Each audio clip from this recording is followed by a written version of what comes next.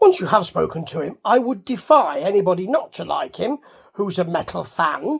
I'm talking about Blaze Bayley, who I have had the good fortune to speak to quite a few times, and also to really enjoy his, I suppose his massive concept. It's the William Black concept, isn't it? That he was writing a book and all of that. Lovely. Great. And he's got a real, it comes across live as well, a real kind of love of the music and a real feeling, a strong feeling for people and all of that. But, he wasn't very good in Iron Maiden, was he? Oh no, he wasn't very good in Iron Maiden. Oh no, he wasn't very good in Maiden. All of that. And so, of course, a few weeks ago now, I think, if I remember rightly, I went to have a look at and revisit it, because I hadn't listened to it very often, the first of the albums with him in there, behind the microphone and writing and all of that, X Factor. And I thought it lacked something and it wasn't quite the right fit. Now, fast forward 2 years and we've got the next album, which people didn't like. And it's overlooked. And it's denigrated, actually, too.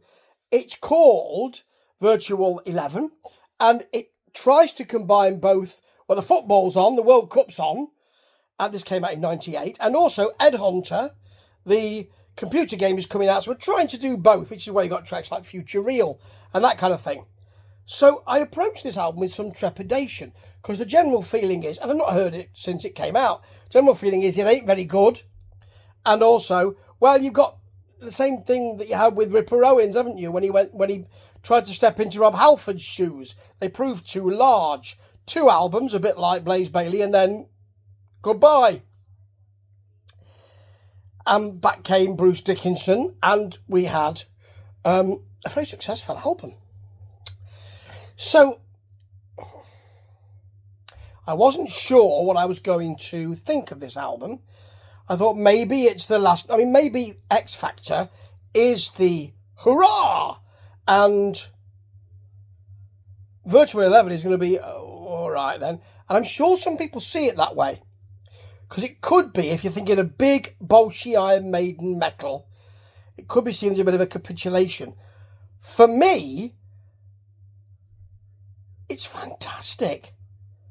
I heard it at the time and was kind of swept along by all of the, oh, it ain't very good, you know, oh no. And I feel the same way, I suppose, about Deep Purple's Come Taste the Band, which is my favourite Deep Purple album. You see where this is going, can't you? Yeah, my favourite David Bowie album is Never Let Me Down. My favourite Queen album is Hot Space. Yeah. So, that album, Come Taste the Band, was, as John Lord said, a really good album, just not a Deep Purple album. And you could say that about this, which is, it's not an Iron Maiden album, but I would think that this might be an Iron Maiden with Blaze Bayley album. And if it's him, maybe, finding his feet here. I know that people have said that with the tour that followed this, they had to cancel several dates because of some perhaps vocal issues, although they said there was an extreme reaction to pollen and that kind of thing. But this sounds like they're going somewhere else. They didn't make it there because back came Bruce. I mean, you know, he'd gone, he'd flown off, Boeing, gone, and he came back with a big fanfare. And one thing he did say at the time was, one of the reasons why I've come back, or one of the conditions of me coming back, is that Steve Harris does not produce this album. And it was Kevin Shirley, wasn't it, who did it? Kevin Shirley, that's right. And he's got a point, because this album would sound an awful lot better if Nico's drums were a bit further up in the mix. I mean, they're virtually missing at times, and that's really not very good. For instance, The Angel and the Gambler, which is second track in, which I absolutely love. I mean, first of all, you got Future Real. You know, the bass is too big on this, to be honest. It's almost as if Steve Harris has said, don't worry, I'm still driving this thing. But the vocal is nasty and attacked. I do like that. Really good organ, actually, among the riff as well. But The Angel and the Gambler, I mean, you've got some long tracks on here. none of which I thought was too long.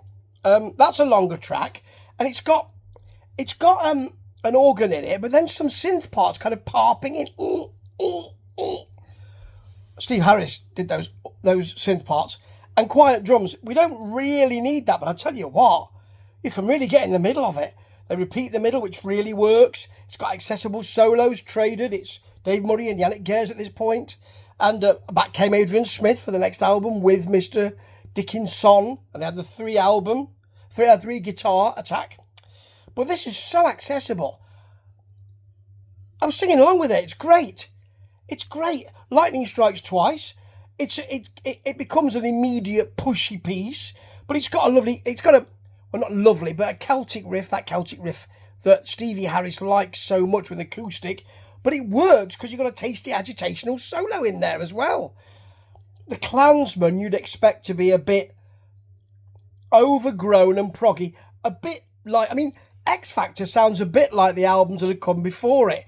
This sounds like something else completely, because although it's longer, the Klansman, still played live by Blaze Bayley, which is great. And you've got a lot of acoustic in there, and it's got a kind of bolshy, but it comes out to meet you. It doesn't say, unlock the mysteries of this song by listening to it several times. It says, here you are, glad to meet you. I'll take you in, and you'll really enjoy it. It isn't as proggy as some. It's got a real energy to it. And it's a longer song, it's about 9 minutes, and I thought we're going to get some prog in here, aren't we? No, the energy drives it through. I love the Educated Fool with its really beautifully executed rampaging solos. It's got a proggy feel in the middle of it, but by then they bought that time because they haven't done so much of it. And we finish with this album. There are other tracks on there as well with Como Estas Amigos, which is kind of more standard Maiden proggy stuff, but I didn't mind because they're going somewhere, and it feels like this is not an album on its own. It feels like this could be something that takes them to somewhere else, somewhere probably not as commercially successful. Bruce came back and they were, and that's great, but this album is overlooked and I think unappreciated, and it is them at their most commercial. And I don't bloody mind that, because I think that Blaze Bayley does have metal chops, he really does, but he also wants to get among you, buy a pint with you, clap his arm around you and say, let's enjoy this together. And that is what you get here. I kind of wish we had more of it. Ta-ta.